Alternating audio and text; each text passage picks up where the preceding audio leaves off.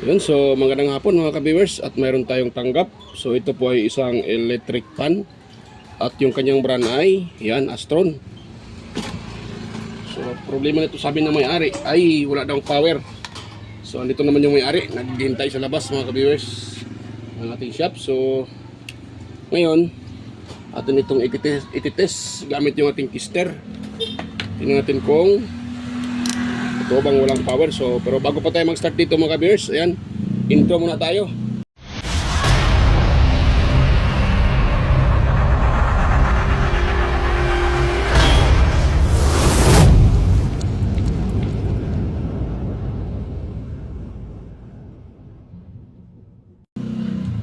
So yan, so sa mga bago pa lang dito sa aking YouTube channel mga ka-viewers, sana ay yan, huwag niyong kalimutang mag-subscribe at pinutin yung notification bell at ilagay sa all para automatic ay ma-notify kayo kaagad sa mga video tuwing tayo may bagong upload. So yan, start tayo dito mga ka-viewers. Ang ating unahin ay ito, mag-test tayo ng ohms value or resistance. So sana bang ano nito, kalimutan ko na yung kanyang pailaw ayun. So test natin kung meron tayong makakuha ditong yun. So pipitin natin yung kanyang pihitan. Yun, wala. Pihitin natin uli, wala din. No oil din yung nakalagay. So wala talaga, walang power. So totoo yung sabi ng may-ari na wala talagang power. So try natin sa outlet. Yan. So ito yung ating outlet. Yan, so pag natin mga ka-viewers, tingnan natin kung totoong walang power. Yan, wala talaga, kahit ugong wala. So patay na patay, walang power. So wala talaga mga ka-viewers. So at itong i-open,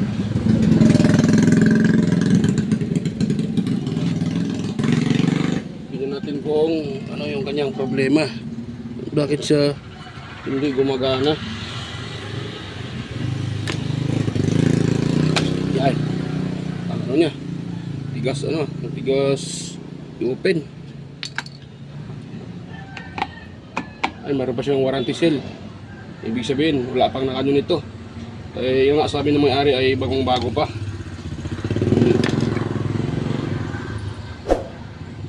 Quantum years pa ito sir?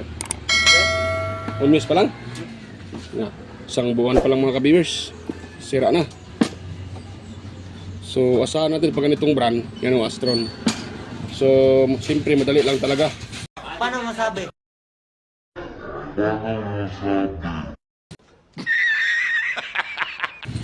Pero meron namang tumatagal. Ayan, yan o, hirap makaikot, nag-stack up. So dyan, yan po ang dahilan na nagka-cut off yung kanyang thermal fuse dahil nag-stack up. Kaya nawalan siya ng power. So bakit siya nag-stack up? Isang buwan pa lang. So sa mga may dyan nagtatanong bakit pala siya nag-stack up. So ang sagot ko lang dyan mga kabis ay kadalasan sa mga bagong labas ngayon electric fan, wala na siyang distansya or wala nang awang yung kanyang pinaka-shafting. So pag ganyan, isa po yung factory defect. Masabi natin na factory defect po yan. Yan o, wala tayong mahihila. Yan, hindi naman siya kalog. Siyempre stack up na So pag ganito, ang nito, ang dahilan ay hindi nila nilagyan ng distansya yung pinaka shafting, kaya ang daling nasira. So doble din yung kanyang screw. Itong i-open. Yun yung kadasang problema sa mga bagong labas na electric fan. So wala siyang distansya. Kaya siya, umiinit yung motor habang ginagamit. Kaya sira kagad. Dahil imposible namang masira yung bushing, kakabago-bago pa. Isang buwan pa lang nga daw, sabi ng may-ari. So dito naman si sir, tabang.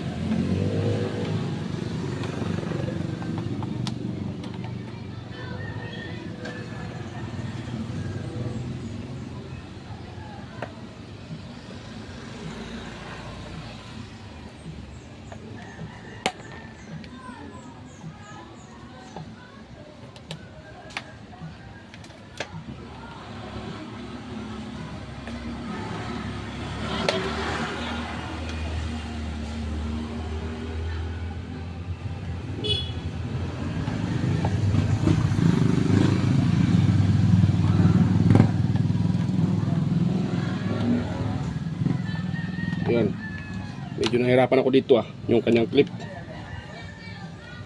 Actually, wala na naman talagang gamit ito Mayroon siyang screw Tapos mayroon pang clip. Doble na. Ano ko ba nung ginawa sa ano nito? Manufacturer. Doble naman yung ano. Dahil may screw na. Yun.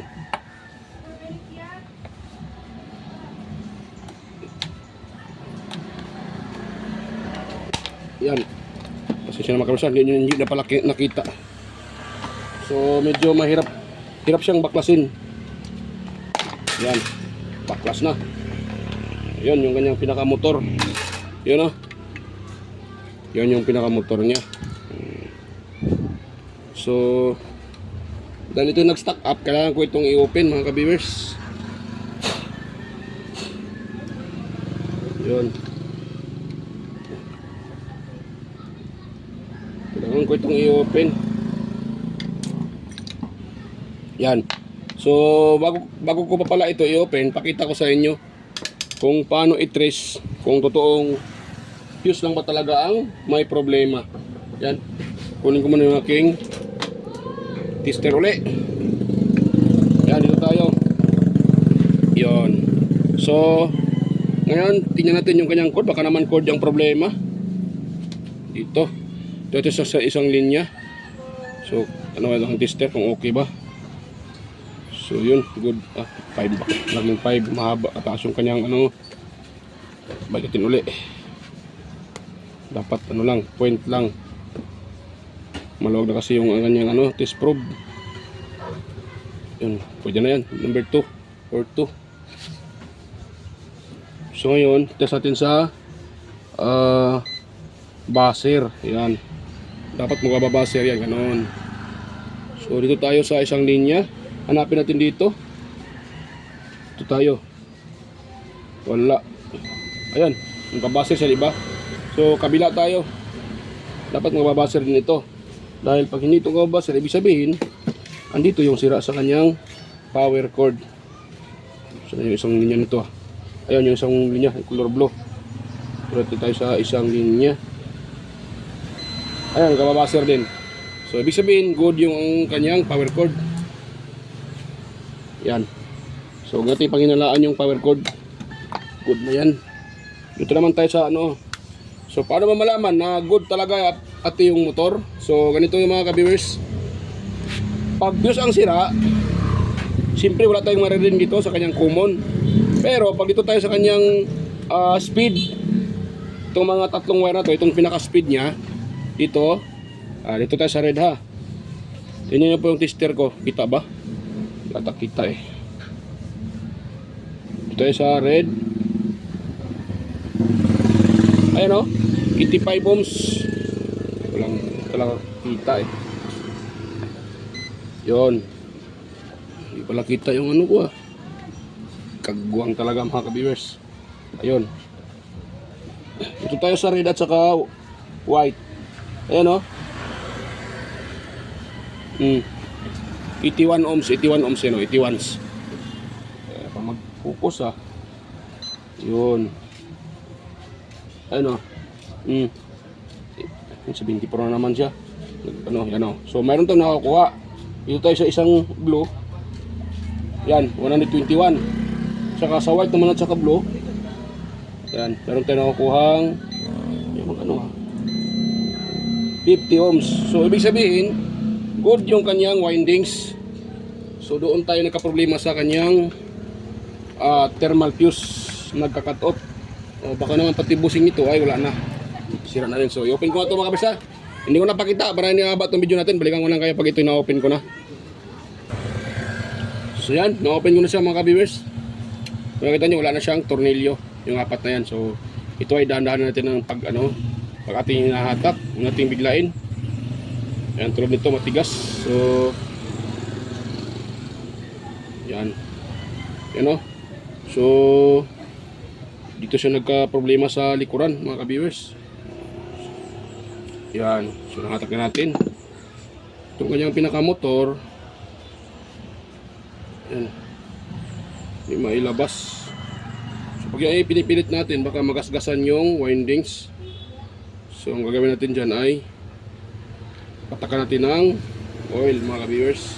Yung kanyang pinaka shafting. Yan. At antayin natin ng ilang minuto. Dahil pag ito ay ating mamadaliin at hahatakin natin ng pursahan, baka magasgasan yung windings. Imbis na ma-repair, mas lalo pang masira. Kaya huwag tayong mainip. Kailangan nating huwag nating mamadaliin. Yan. So ngayon, yan, matigas pa rin siya. So yan, hindi siya pwedeng hatakin palabas mga ka-viewers dahil tumatama yung windings doon sa tatamaan yung windings sa pinaka rotor. So baklasin natin dito.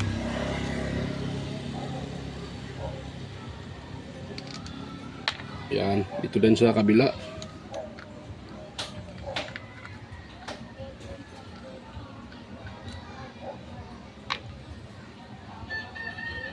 Yun.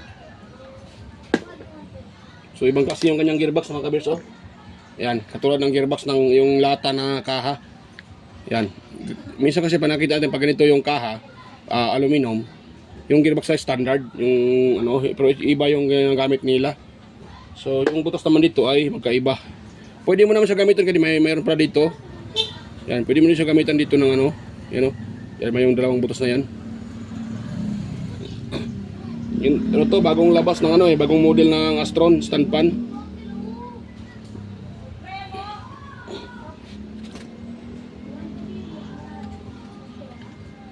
Yan. So tara nating pukpukin panlabas mga ka-viewers. Dandahanin lang natin. Yan. Yun. Ayun o. Ayun lang. Ganun lang kasimple. Pag na dito sa likuran ay matatamaan yung windings, huwag nating pilitin. Ito natin pupupukin palabas. Ito nung ginagawa ko. Yan o. Yan, di ba? So dito siya nagka-problema o. Yan o, nangingitim. Tingin ko parang sira na rin yung bushing eh. So ito yung bushing niya.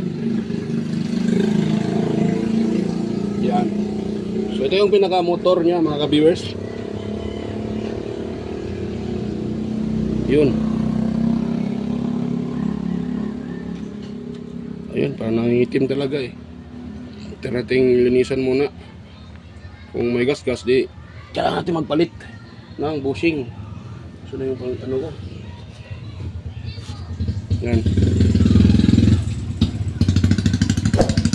Lagyan nyo lang siya ng bushing, oil, tapos sabay ikutin doon sa tela or trapo yung ganito. Panglinis natin. Yan. Tapos try nating kapain. Yan. Mayroon siyang gas-gas. Ibig sabihin, kailangan nating magpalit yan. Mga beso? Kita nyo? Ayan. Tumatama sa mga yung kuko ko. Natamaan yung gas-gas. So, confirm. Sira yung bushing sa likuran. Yan. May tumatawag Yan. Tapos, bago natin palitan yung bushing, atin muna itong lilihain. Yung liha na medyo makapal para matanggal yung tawag dyan, groove. Yan, para matanggal yung groove mga ka-viewers.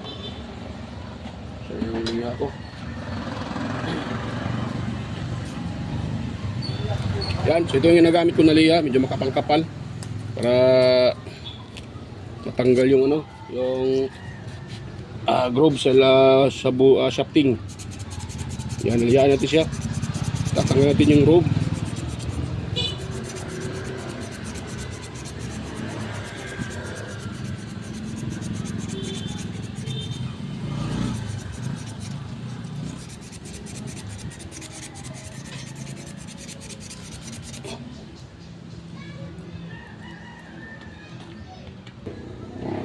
Yan so naliha ko na siya mga ka-viewers. Ang problema, mayroon pa siyang kunting medyo malalim yung kanyang groove eh.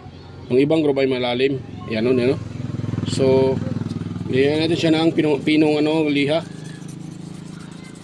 Siyempre, yung malalim na groove ay hindi na yan mawawala. So, meron tayong technique dyan.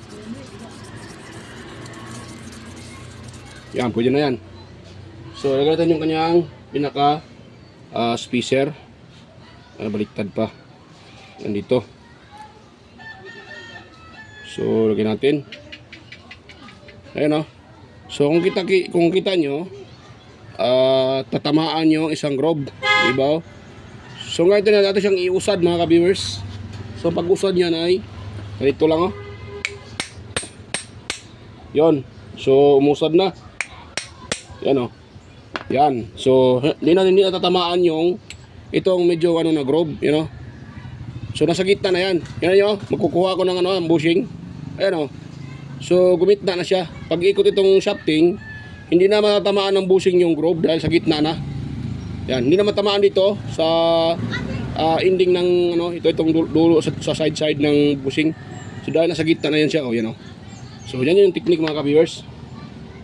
So yung unahan okay pa. So dito naman tayo sa kanyang bushing. Natin itong papalitan. Wait lang muna. Akin muna itong papalutin yung kanyang motor, baka madamage natin. Madumi na pala yung ano ko. Trapo sa ano. So, yun. Tapos, labas natin. So, ngayon, ang gagawin natin dito, susungkitin natin yan mga ka-viewers. Itong kanyang pinaka-flower. Ganon, iangat natin. Yan. Medyo matigas siya eh.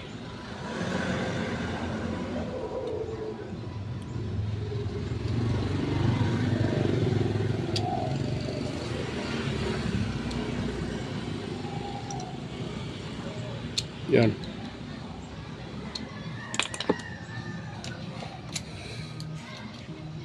Medyo matigas siya mga ka-viewers dahil mayroon pa siyang ano. Yan. Kaya mga ano ah.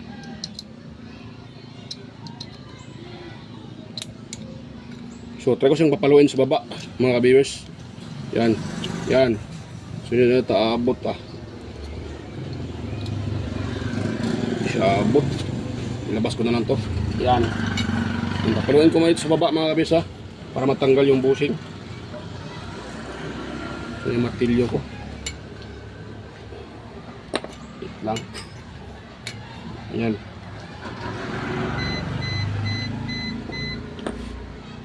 Yun, tanggal na. Yan mga kabis, tanggal na yung bushing.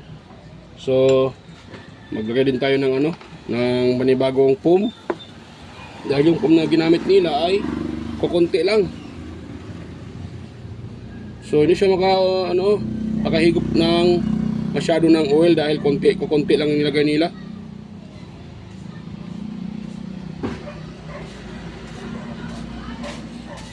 Yan. Yun. Tapos kuha tayo ng bagong bushing. May tumatawag ah. Kagbuwang na. Nagbibideo pa ako. Tumatawag. Hindi ko rin pwedeng masagot yan dahil nagano ako eh. Ayan na lang yan. So ito yung ating bushing mga ka-viewers. Yan o. Yan, standard size pa rin yan siya. Ito yung sa ano. Yan. So pareho lang yan sila. So ayan, salpak natin. So wait lang, kuha muna ako ng foam. Yan, so nakakuha na ako ng foam galing sa filter ng sigarilyo. Yan o. Ito ay pinupulot ko lang sa yung mga filter ng sigarilyo. Yan, so hatiin na natin siya. Yon, ito ay mabisang pang sa foam ng electric fan dahil ito ay kahit uminit ng yung electric fan, ito ay buo pa rin. Hindi siya nalulusaw.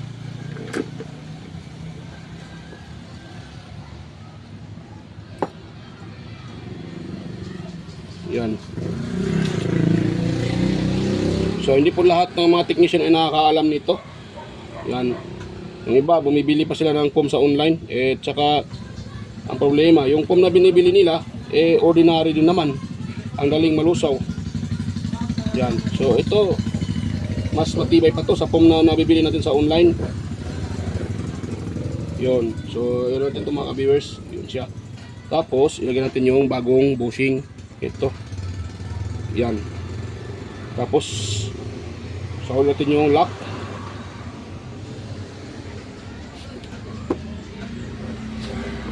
Yung lock. Ano? Pupukpukin natin siya mga ka-viewers para pumasok.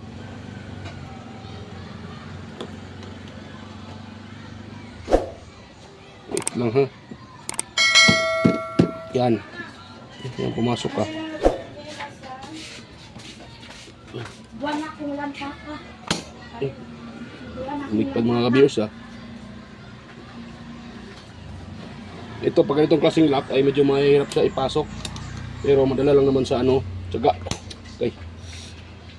Huwag mo lang madadaliin.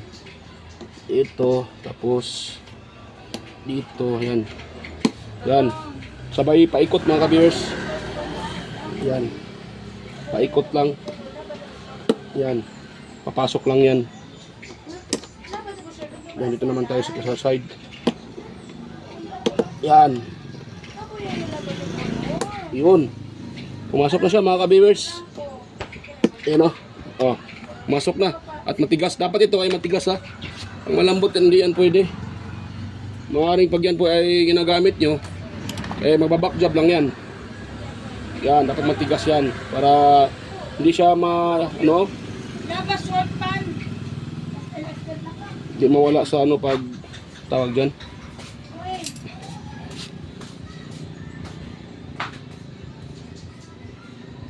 Yun, lagyan natin ng oil. Yun. So ngayon, dyan naman tayo sa motor. Wait lang muna. So, ano ko muna sa inyo ha. So, pasensya na po sa mga bago pa lang sa aking channel ha. Ako po pala ay hindi naglagay ng thermal fuse. Nasa inyo na lang po mga kabis kung ito po ay gagayahin nyo.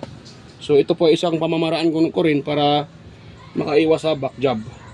Dahil yung mga thermal fuse ngayon, tulad ng bagong labas na mga thermal fuse ay madali na rin masira mga ka-viewers. So, para makaiwas tayo sa back job. So, yun yung ginagawa ko, pamamaraan ko. Depende rin sa inyo kung inyo po ay gagayahin. So, kung gusto nyo naman maglagay ng thermal fuse, meron naman ako mga video dyan mga ka-viewers. Pwede nyo puntahan yung mga video ko. So, puntahan nyo lang at makita nyo doon kung paano maglagay ng thermal fuse. Tinuturo ko rin yung paano maglagay dahil mayroon tayong choices eh. Depende naman sa technician kung siya po ay maglagay or sa inyo kung kayo po ay maglagay o hindi. Sa mga gustong maglagay, ayan, pwede nyo puntahan yung aking mga upload na naglagay ako ng thermal fuse. Ayan, so ito tayo. So dahil may fuse na yan, may ano na yan, may bushing na. Itong sa unahan, atin din pataka ng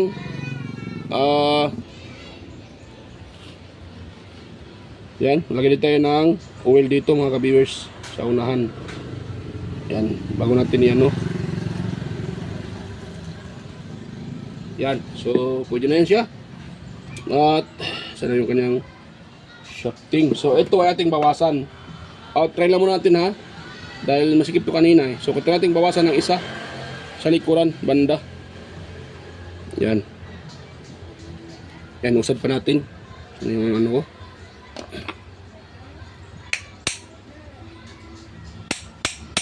Yun. Yan, bawas tayo ng isa. Dahil ano eh, masikip siya kanina.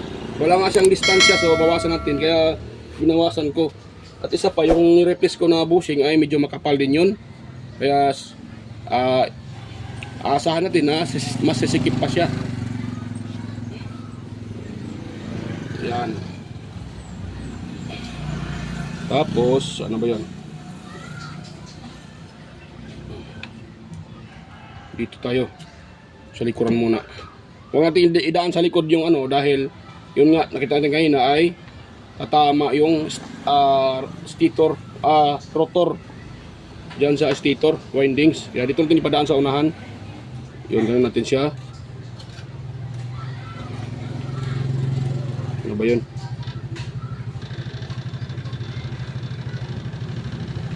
Yun. Ayan. So pag ganun yung kanyang plaster. So ngayon, pasok natin siya mga ka-viewers. Yun. Tingnan natin kung hindi na ba siya tatama.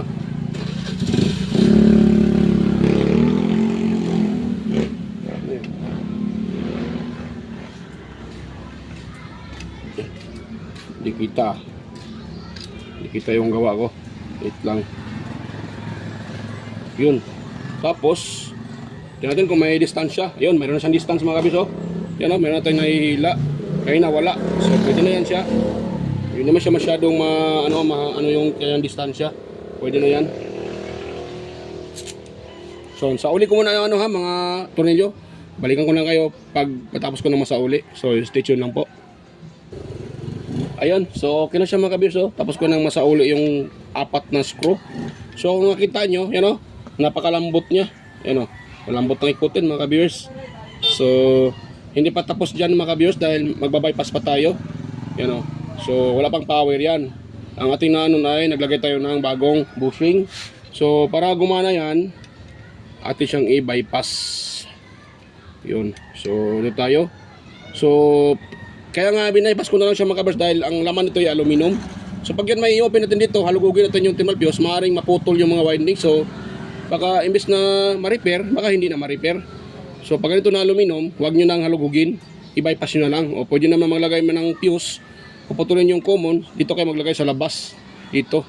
Yan. So maroon akong mga video dyan kung paano gagawin. So dito tayo sa kanyang motor. Yan, sa uli muna pala natin yung gearbox. Yun. Tapos lagay tayo ng tornilyo.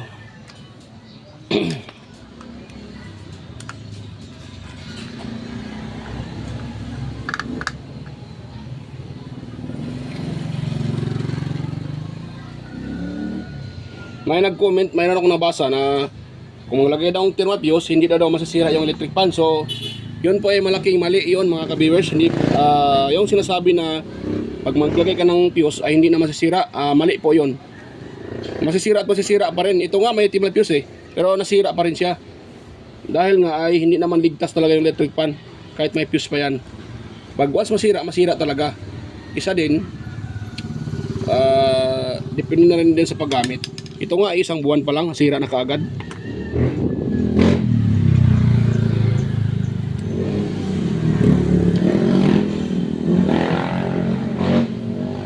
So may problema dito yung manufacturer dahil nga hindi nilagyan ng distansya yung motor. Tawag namin sa Bisaya ay kuga, tawag dyan, or ano ba tawag sa Tagalog yan? Sakal ba? Sakal. Yan, sakal yung motor. Hindi siya makaikot ng maigi dahil sakal siya. So ang nangyayari dyan, mag-stack up talaga. Init yung motor, mag-i-expand yung bushing, so masisira talaga siya. At doon na mawala ng power dahil magka-cut off si thermal fuse. Kaya nasisira talaga siya. Kaya masasabi ko lang, mali yung nagsasabi na maglagay ka ng thermal fuse ay hindi na masisira yung electric fan. So wala naman tayo magawa doon dahil sa kanya naman yun. Iba-iba naman tayo ng paniniwala. Pero bilang isang technician or bilang din sa karanasan ko na nagre-repair, so mali din yun. Yan, malambot na. So dito tayo sa pagbabypass. So itong kanyang pinaka, saan ba to? Itong common niya mga ka-viewers, ito. Yan, dito tayo magpuputol. Dito. Itong common niya, black yung common nito mga ka-viewers, black. Yan. Putol natin dito. So ito na siya. Nakalabas na yung wire. Ito. Itong wire na to, itong pinutol ko, itatap natin dyan sa capacitor side. Yung dalawang wire na yan. So hanapin natin dyan saan yung kanyang connection.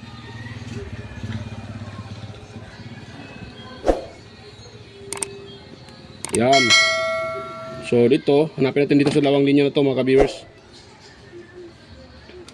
So yung lighter ko dito. Hanapin natin dito kung saan dito yung tamang connection. Yan.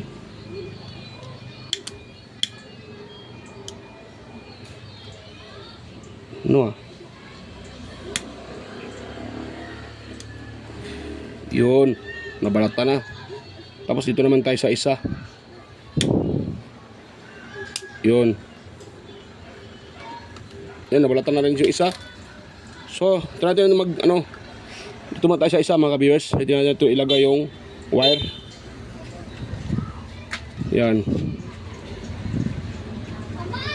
Yan. Ngayon, kuha tayo ng tester. Atin siyang ititest. So, dapat naka-off yung ating, wait lang muna, saan ba yung i-on ko muna siya mga kabisa. Wala yung tester ko ah. Saan ito yung lagay ko?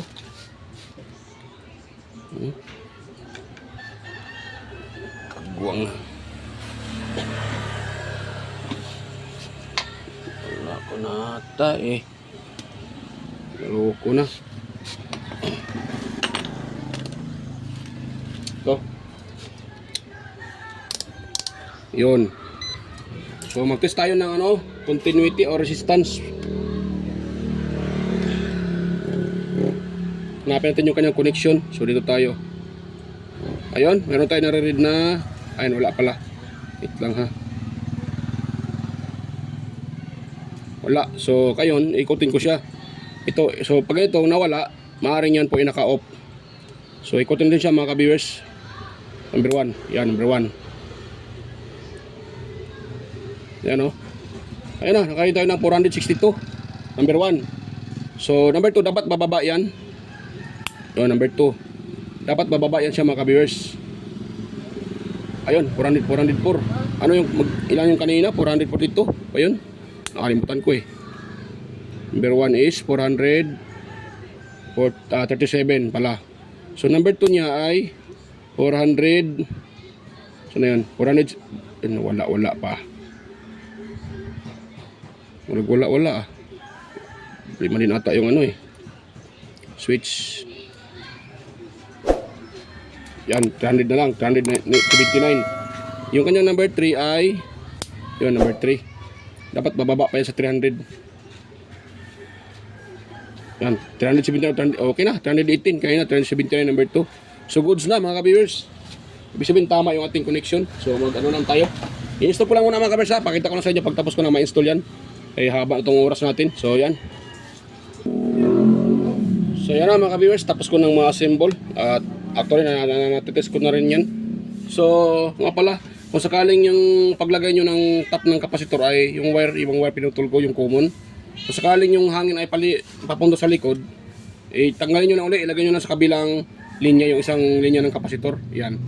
Ganun lang gawin nyo pag, for example, ay namali yung pagkatap nyo. So yan, test tayo mga kabers para matapos na natin itong yan. Sa mga kabers. Yan. Number 3.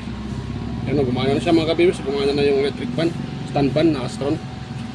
So yan mga kabers, kung mayroon kayong nakuhang konting idea sa aking sinishare, so sana po huwag nyo kalimutang i-share at i-subscribe yung aking channel, at huwag nyo rin kalimutang i-like yung ating video at i-share sa iba. So yan mga kabers, so yan, hanggang dito lang po, at maraming salamat po sa mga silent viewers dyan, organic viewers, sa mga subscribers, new subscribers, at sa mga nanonood sa aking mga upload. So mega loud shoutout sa inyong lahat, at Happy New Year po mga ka-viewers. Ayan. So okay na yung gawa natin. Ayan, so hanggang dito lang po, at bye-bye po mga ka-viewers. Kita-kita tayo ulit sa aking next na mga upload. So bye-bye po mga ka-viewers.